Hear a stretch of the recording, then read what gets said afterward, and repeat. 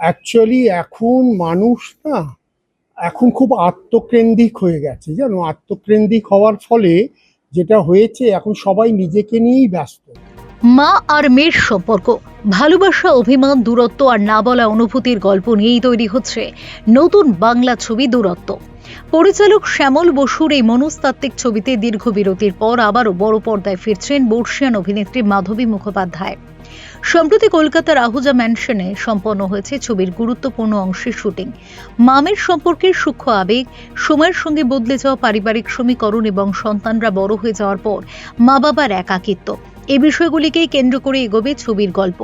পরিচালক শ্যামল বসুর পরিচালনায় তৈরি এই ছবিতে মায়ের চরিত্রে অভিনয় করছেন মাধবী মুখোপাধ্যায়। বহু বছর পর তাকে আবারও বড় পর্দায় দেখা যাবে এক গুরুত্বপূর্ণ চরিত্রে। ছবিতে আরও অভিনয় করছেন সঙ্গীতা দাস, তিমির চক্রবর্তী, রেশমি খাতুন, শতরূপা মৈত্র সহ একাধিক শিল্পী। ছবির প্রযোজনায় রয়েছে স্বাদে আহ্লাদে। সম্পর্কে টানা পড়েন মান অভিমান এবং মানুষের দ্বন্দ্বকে কেন্দ্র করে তৈরি এই ছবি দর্শকদের এক অন্যরকম আবেগের সফরে নিয়ে যাবে বলে আশাবাদী নির্মাতারা। এটা দূরত্ব ছবিটার নাম। এটা একটা সম্পর্কের ওপর মনস্তাত্ত্বিক ছবি, মানে মা মেয়ের সম্পর্ক। অ্যাকচুয়ালি এখন মানুষ না এখন খুব আত্মকেন্দ্রিক হয়ে গেছে, জানো। আত্মকেন্দ্রিক হওয়ার ফলে যেটা হয়েছে, এখন সবাই নিজেকে নিয়েই ব্যস্ত। মা মেয়েকে অনেক কষ্ট করে লেখাপড়া শিখিয়ে মানুষ করেছে। মেয়ে এখন একটা মাল্টি ন্যাশনাল কোম্পানিতে একটা হাই লেভেলে চাকরি করছে। তার মাকে সময় দেবার সময় নেই, অথচ মা বারে বারে তার সান্নিধ্য পাওয়ার চেষ্টা করছে। এইটার বিষয়ের উপরই গল্প। আরও যেটা বড় দিক, এই গল্পতে মাধবীদি অভিনয় করছেন। মাধবীদি 4 বছর বয়স থেকে আজকে ওনার প্রায় 85+ এজ, এখন অবধি অভিনয় করছেন। এটা একটা আমাদের কাছে বিশাল ব্যাপার।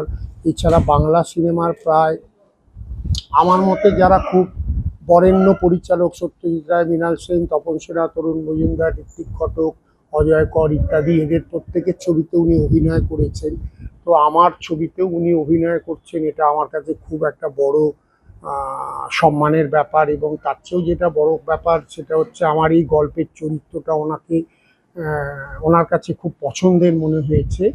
এই মোটামুটি। আর এখানে আর তিমির চক্রবর্তী, সঙ্গীতা দাস, শতরূপা মৈত্র এরকম অনেকে করছে। পরবর্তীতে ইচ্ছে আছে রুদ্রনীল ঘোষ এবং রজতাভ দত্তর মধ্যে কাউকে এই ছবিতে আর একটা গুরুত্বপূর্ণ চরিত্রের জন্য নেব।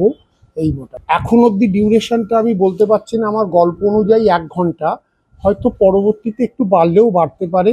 আরও যেটা ঘটনা, এখানে রবীন্দ্রনাথের একটি গল্প গান রূপঙ্কর গেয়েছে, খুব ভালো গেয়েছে, কালকেই রেকর্ডিং করিয়েছি। তো এই গানটাও খুব গুরুত্বপূর্ণ এই গল্পের সঙ্গে। পুরুষ ক্যারেক্টার বলতে এখানে পুরুষ ক্যারেক্টারের গুরুত্ব এখন খুব একটা বেশি নেই। আমি নিজে একটা চরিত্র করছি, বাড়ির চাকর। এছাড়া আরও দুটো পুরুষ ক্যারেক্টার আছে। সে একজন অফিস বস, মেয়ের অফিস বস, সেটা সম্ভবত রুদ্রনীল ঘোষ বা রজতাভ দত্তের মধ্যে কাউকে দিয়ে করাবো। গুরুত্বপূর্ণ চরিত্র এই ছবিতে আমার ক্যারেক্টার হচ্ছে আমি মেয়ে, খুব ব্যস্ত কর্পোরেট লেডি। যার সাথে তুমি অভিনয় করছো, এটা বড় অভিজ্ঞতা, নিজের প্রাপ্তি বলেও কি মনে করছো? আমি মনে করি এটা আমার অভিনয় জীবনে একটা সম্পদ, সারা জীবনই এটা আমার সম্পদ হয়েই থাকবে। আশা করি এটা তোমরাও বুঝতে পারছো আর ফিল করছো। আজকে শুটিং এর অভিজ্ঞতাটা যদি একটু বলো। শুটিং এর অভিজ্ঞতা মানে প্রচন্ডই একটা, মানে ভীষণ নার্ভাস ছিলাম, খুব স্বাভাবিক। মাধবী মুখোপাধ্যায়ের মতন একজন অভিনেত্রীর সঙ্গে প্যারালালি কাজ করা মানে সৌভাগ্য তো বটেই, বাট একটা চ্যালেঞ্জও। তো সেই দিক থেকে মানে সেই চ্যালেঞ্জটা ফেস করছি। দেখো, বাংলা ছবির জন্য তো বিভিন্ন ধরনের ক্যারেক্টার আছে এবং যথেষ্ট আমাদের ক্যারেক্টার আর্টিস্টের দরকারও হয়।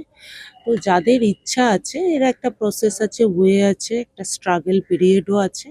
সেই স্ট্রাগল পিরিয়ডটা যদি কেউ সাকসেসফুলি ওভারকাম করতে পারে, তাহলে ডেফিনেটলি আমাদের বাংলা ইন্ডাস্ট্রি যথেষ্ট ফ্রেন্ডলি, এখানে খুব মানে সচ্ছলভাবেই তারা কাজ করতে পারবে।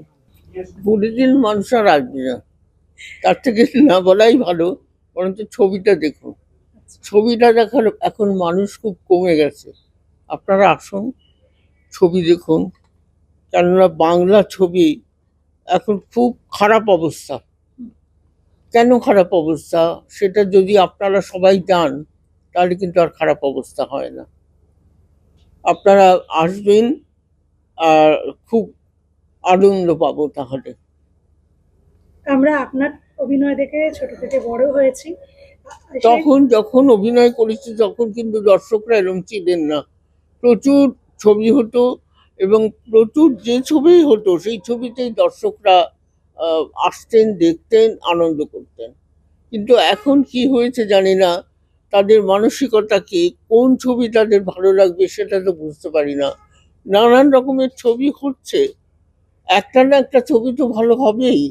আর বাঙালি হিসেবে বাংলা ছবি দায়িত্ব তাদেরও আছে যারা দেখেন।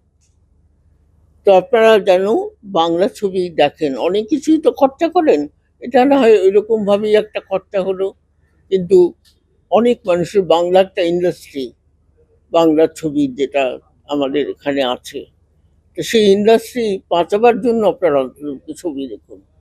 নমস্কার, আমি শতরূপা মৈত্র।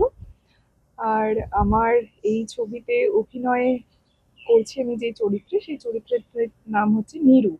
আর নীরু চরিত্রটি যিনি বড় মা হয়েছেন, মানে মাধবী ম্যামের বাড়িতে যিনি থাকেন, ছোট থেকে ম্যাম তাকে বড় করেছেন, এরকম একটি চরিত্রে আমি অভিনয় করছি।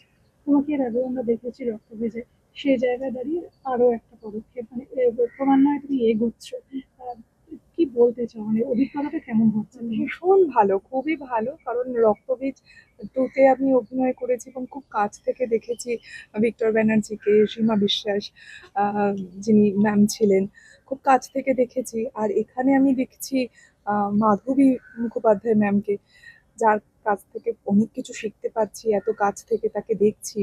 ইয়াং তরুণ প্রজন্ম যেটা আমাদের যে বার্তাটা, সেটা হচ্ছে অনেকে না শিখে চলে আসে ও তাতে অনেক কিছু ক্ষতি হয়। প্রডিউসার এতগুলো টাকা ইনভেস্ট করে, তাদের মানে ভুল বা এগুলো হলে তাদের ক্ষতি হয়। তো আমার মনে হয় কিছু শিখে আসা উচিত। তো শেখার মাধ্যমটা হচ্ছে থিয়েটার। থিয়েটার থেকে যে সমস্ত ছেলেমেয়েরা আসে তারা কিন্তু ঠিকমতো ভালো করে। অনেকে শুধুই টিভিতে মুখ দেখাবো বা একটা এ করবো, ওইটার জন্যে অ্যাক্টিংটাও ভালো হয় না, আর মানে ক্ষতি হয়, ইন্ডাস্ট্রির ক্ষতি হয়। আমার মনে হয় এটা শিখে আসা বেটার। ডাক্তারের অ্যাসিস্ট্যান্ট হিসেবে কাজ করছি। এটাই কি আপনার প্রথম অভিনয়? হ্যাঁ। আচ্ছা, কেমন লাগছে? হ্যাঁ, সবার থেকে শিখছি আর কি। এটাই প্রথম, একটু নার্ভাসও আছি। সো এই ফার্স্ট আগামী টাইম। দিনে নিজে- হ্যাঁ, অভিনয়ের দিকে আরো এগিয়ে নিয়ে যেতে চাই। আজকের অভিজ্ঞতাটা কেমন হলো? আহ, সাদে আহ্লাদের পাঠটা বলতে ছবির নাম দূরত্ব। তো সাদে আহ্লাদে পুরোপুরি কোঅপারেট করছে আর কি এই বইটার সঙ্গে। এবং মাধবী মুখোপাধ্যায় এতদিন পরে একটা চলচ্চিত্র জগতের একটা কিংবদন্তি, এবং উনি অভিনয় করছেন। এছাড়া শ্যামলদার পরিচালনা এটা। তো আমরা সাদে আহ্লাদের তরফ থেকে ফুললি কোঅপারেট করছি, এবং আগামী দিনে আমরা এরকম নতুন নতুন পুরনো দিনের ছবি বা আর্টিস্ট নিয়ে আমরা নতুন নতুন সিনেমা বা চলচ্চিত্র জগৎকে আরও ফুটিয়ে তুলব। ফেরো রিপোর্ট, চ্যানেল 10।